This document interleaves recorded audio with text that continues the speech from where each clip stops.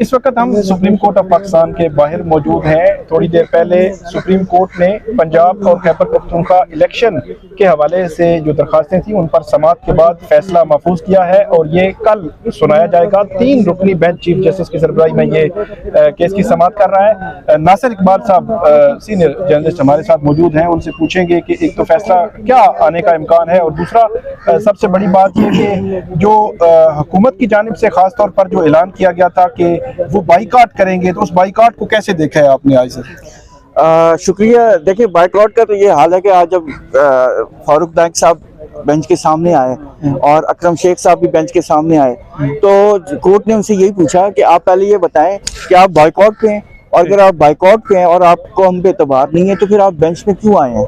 तो या तो आप रिटर्न लेके आए कि आपको हम पे एतबार है और आप बाइकाट पे नहीं है, फिर तो हम आपको सुन लेंगे, लेकिन अगर आप हैं तो फिर हम आपको क्यों सुने?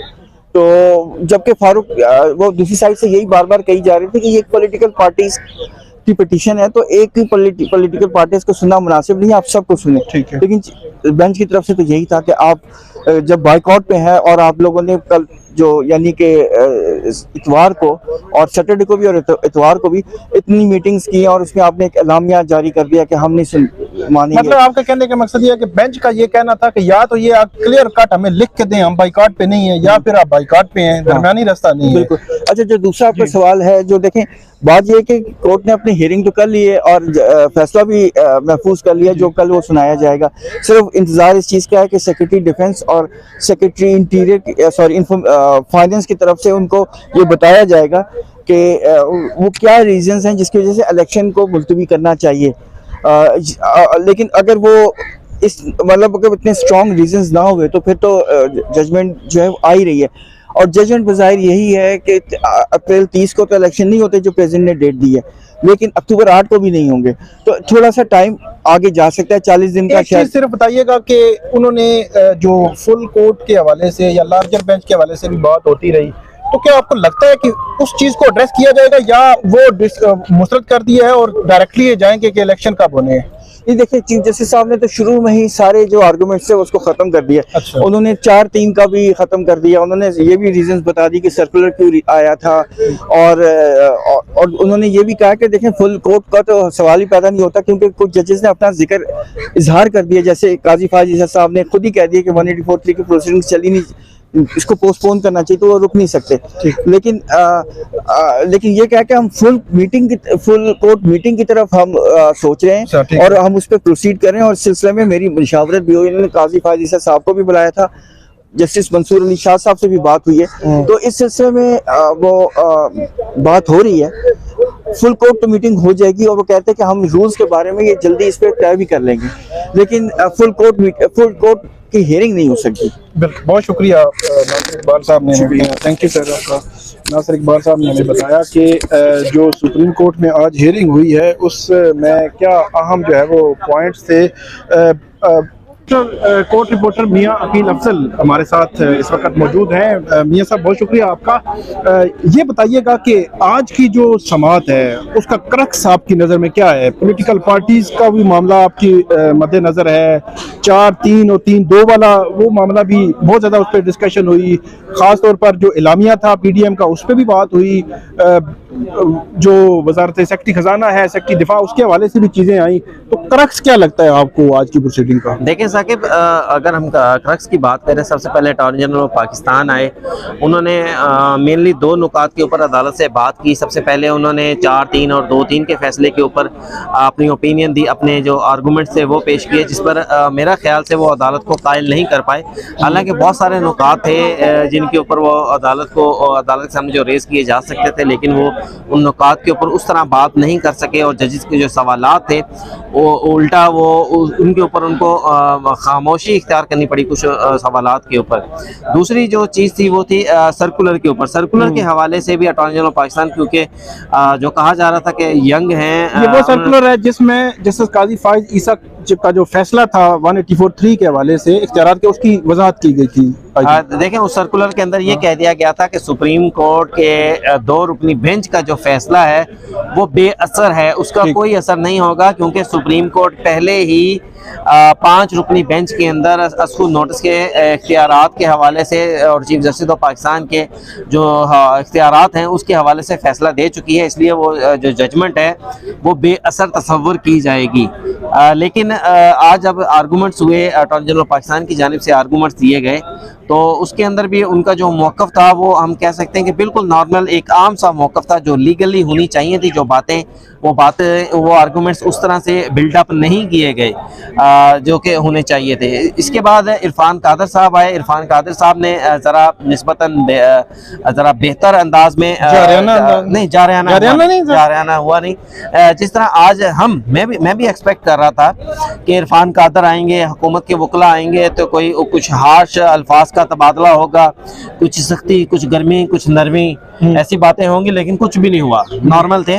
उल्टा मेरा ख्याल तो यह है कि हुकूमत की जानिब से जो मौक़िफ़ अपनाया गया था कि हम बॉयकॉट कर रहे हैं, हमें मौजूदा बेंच के ऊपर एतमाद नहीं है, जब हुकूमत में शामिल सियासी जमातों के वकला ने उस ऐलानिए के बावजूद अदालत के सामने आकर दलाइल देने की कोशिश की, तो मेरे ख्याल से जो बेंच के ऊपर प्रेशर था वो प्रेशर लूज कर गए।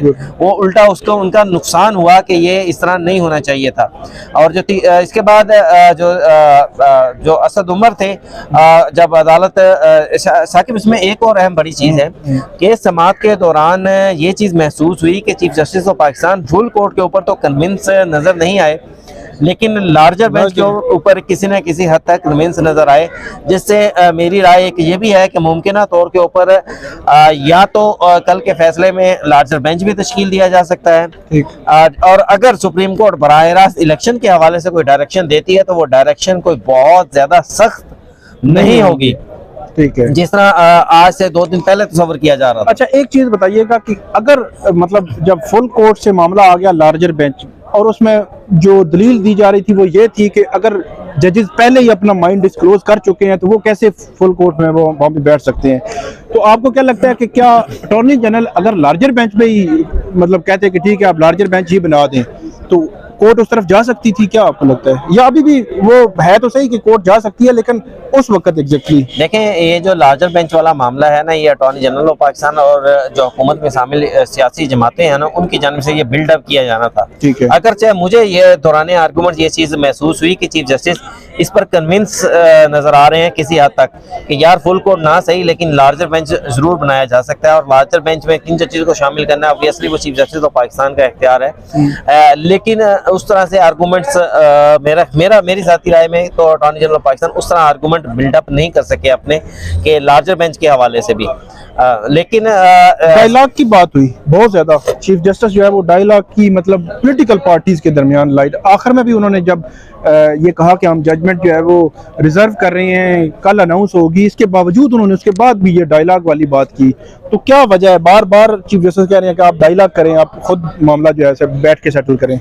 देखिए, ये वो ऑब्जर्वेशन थी जिनसे हमें ये ऐसा लग रहा है कि चीफ जस्टिस ऑफ पाकिस्तान कोई बहुत ज़्यादा खुशी से ये फैसला देने नहीं जा रहे, और इन ऑब्जर्वेशंस की वजह से ही मुझे ऐसा तासुर मिला है कि जैसे अगर सुप्रीम कोर्ट फैसला करती भी है तो कोई इतना सख्त फैसला नहीं होगा जो हम कहें कि वो जो सारा निज़ाम उल्ट पुल्ट के रख देगा और हुकूमत के हाथ बांध दिए जाएंगे और हुकूमत बेबस हो जाएगी कि उसके बाद कुछ कर ना सके। मेरे ख्याल से हुकूमत को कुछ ना कुछ रास्ता ज़रूर दिया जाएगा। लेकिन साकिब, एक और अहम चीज़ है, सुप्रीम कोर्ट ने 2 अहम जो केस के अंदर 2 ही मसाइल थे जिनकी वजह से इलेक्शन कमीशन कह रहा था कि मैं इंतखाबात नहीं करवा सकता। एक था फाइनेंस, दूसरा सिक्योरिटी। दोनों सेक्रेटरी साहिबान से सुप्रीम कोर्ट ने डिटेल रिपोर्ट्स मांगी हैं। अब सेक्रेटरी डिफेंस से तो उन्होंने ये भी कहा कि आप अपनी डिटेल रिपोर्ट दे दें, हम उसके ऊपर आपसे कुछ सवालात पूछेंगे। अब अगर सुप्रीम कोर्ट कल आती है और 2-4 सवालात के बाद सेक्रेटरी डिफेंस से फौरी तौर पर जजमेंट अनाउंस कर देती है, तो मेरे ख्याल से उससे तो ये तासुर बनेगा कि भाई सेक्रेटरी डिफेंस या सिक्योरिटी पर्सनल की अवेलेबिलिटी के हवाले से तो आपने पहले ही माइंडसेट क्लियर कर लिया था, बना लिया था, तो ये एक सरसरी सी दिखावे की कार्रवाई की, उनसे 2 सवालात पूछे और उसके बाद अपनी जजमेंट सुना दी। अगर उनके फैसले के उनके आर्गूमेंट सुनने के बाद, उनकी रिपोर्ट्स का जायजा लेने के बाद सुप्रीम कोर्ट फिर दोबारा मतलब कि वो कहते हैं ना कि इंसाफ होना नहीं चाहिए, इंसाफ होता नजर आना चाहिए, दोबारा से ऐसा लगता है कि फिर अटॉर्नी जनरल से कुछ सवालात पूछती है, फिर उनसे सवालात पूछती है सेक्रेटरी डिफेंस से, फिर कुछ सेक्रेटरी फाइनेंस से डिफेंस से सवालात पूछती है, है कुछ चीज़ों को कंसीडर करती है, सीरियसली कंसीडर करने के बाद कुछ टाइम के बाद सुप्रीम कोर्ट फैसला देती है तो फिर सूरत हाल मुख्तलिफ होगी। लेकिन अगर सुप्रीम कोर्ट आके एक सरसरी सी कार्रवाई होती भी है या नहीं होती, डायरेक्ट फैसला सुना देती है, तो मेरे ख्याल से इससे जो सुप्रीम कोर्ट का वकार होगा वो जरूर डैमेज होगा। बहुत शुक्रिया मियां अकील अफजल। नाज़रीन, देखते हैं कि कल अब जो है वो सुप्रीम कोर्ट इस अहम केस का फैसला जो है वो क्या सुनाती है, और सबसे बड़ी बात यह है कि उस फैसले पर अमल दरामद कैसे होगा, क्योंकि 3 रुकनी बेंच ये फैसला सुनाने जा रहा है। सुप्रीम कोर्ट के अंदर से भी बड़ी क्लियर अंदाज में आवाज़ें जो है वो बेंच फैसले और इस किस्म के जो इख्तलाफात हैं वो आवाज़ें मौजूद हैं, और बाहर बैरूनी अगर बात करें तो PTI के अलावा तमाम जो जमातें हैं वो इस बेंच से खुश नहीं है। तो देखते हैं कि फैसला क्या आता है और उस पर अमल दरामद फिर क्या होगा और फर्दर कार्रवाई कैसे आगे बढ़ती है। Thank you.